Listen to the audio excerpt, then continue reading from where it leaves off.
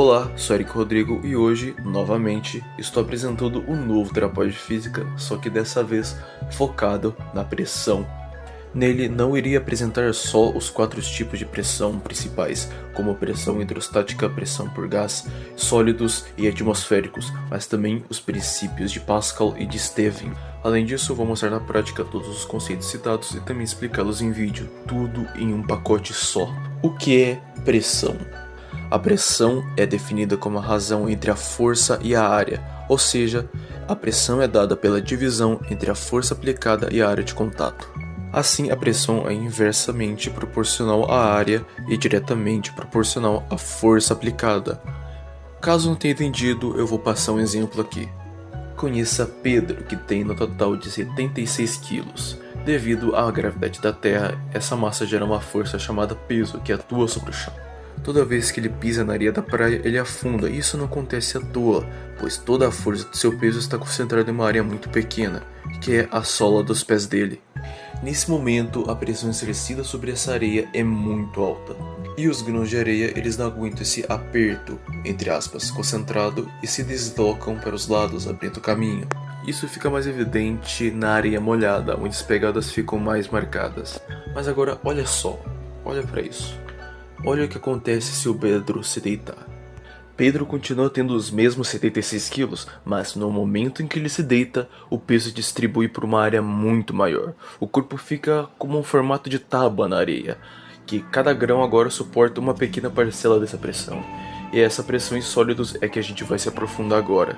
Nessa parte, antes de a gente partir para o tema importante, eu vou destacar 6 pontos importantes. São 4 tipos de pressão e 2 princípios fundamentais. Então, sem enrolação, vamos começar direto e reto.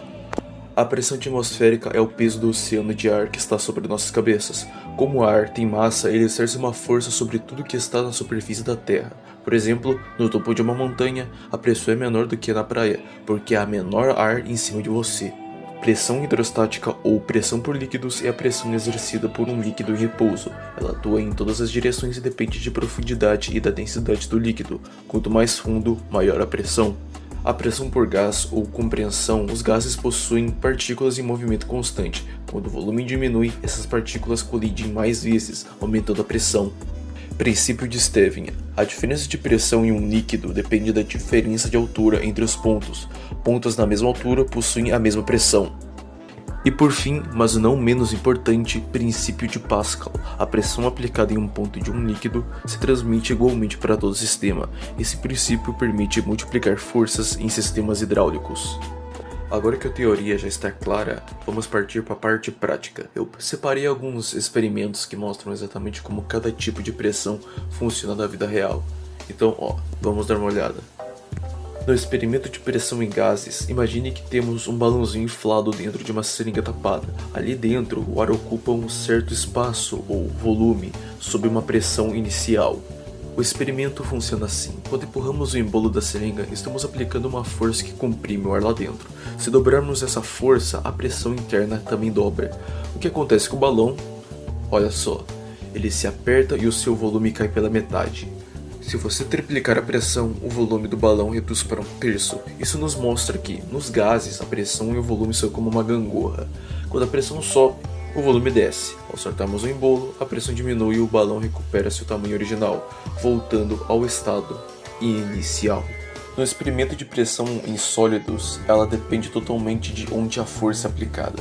Se você encostar o seu dedo na ponta de um único prego, vai obviamente sentir uma dor aguda. E isso acontece porque a área de contato da ponta do prego é minúscula, o que faz com que toda a força do seu toque se concentre em um único ponto, gerando uma pressão enorme. Mas olha o que acontece se usarmos uma tábua cheia de prego. Ao aumentar a quantidade de pregos, nós estamos na verdade aumentando a área de contato. Quando você coloca a mão ou até uma bexiga sobre centenas de pregos próximos, a força se distribui entre todos eles. Agora, cada pontinho de prego suporta apenas uma fração minúscula desse peso total. O resultado, a pressão em cada ponto cai drasticamente e a bexiga não estoura, provando que quanto maior a área, menor o aperto, entre aspas, final. No experimento de pressão em líquidos, o princípio de Pascal, imagine 2 seringas, uma fina e outra bem larga. conectamos uma mangueira cheia de água. Esse sistema é como um elevador hidráulico. O segredo aqui é que a pressão exercida em um ponto do líquido se espalha integralmente para todos os outros cantos. Como a pressão é a mesma dos dois lados, a mágica acontece na área. Na seringa pequena você aplica uma força leve. Na seringa grande, como a área é muito maior, a força resultante será muito maior também. Por isso, com apenas 400 gramas na seringa menor, você consegue levantar o dobro do peso, 800 gramas, na seringa maior. É a física ajudando você a ficar, entre aspas, mais forte, usando apenas a área ao seu favor. No experimento de pressão hidrostática Leitsteven, pense em um sensor de pressão, como uma bexiga, sendo mergulhado em um tanque de água. Conforme você desce a bexiga, o manômetro, o medidor, mostra que a pressão só aumenta. Por que isso ocorre? Quanto mais fundo você vai, maior é a coluna de água que fica em cima de você. É como se houvesse mais peso de líquido empurrando o sensor para baixo.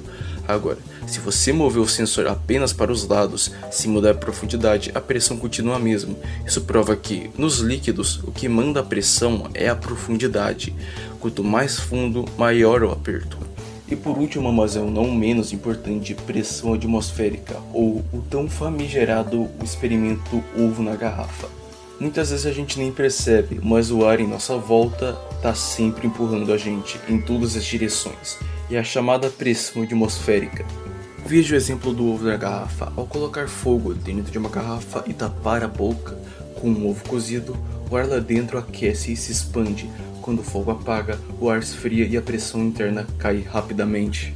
Nesse momento, a pressão atmosférica do lado de fora fica muito mais forte do que a pressão lá do lado de dentro, como se fosse uma mão invisível e poderosa. O ar de fora atropela, entre aspas, o ovo e o empurra para dentro da garrafa, mesmo que ele pareça grande demais para passar pelo gargalo. O ovo ele só entra porque o ar de fora fez uma força maior do que o ar de dentro conseguia resistir. E finalmente estamos chegando ao final do vídeo. Se você ainda se sente perdido, fica tranquilo, pois eu preparei um mapa mental. Lembrando que você pode pausar o vídeo para copiar ou analisar. E chegamos ao fim de mais um vídeo do canal. Muito obrigado por assistir e antes de finalizar, uma frase aqui, uma frase filosófica. A pressão pode ser invisível, mas está presente em tudo ao nosso redor. Muito obrigado, agradecimentos, meu nome é Eric e até a próxima.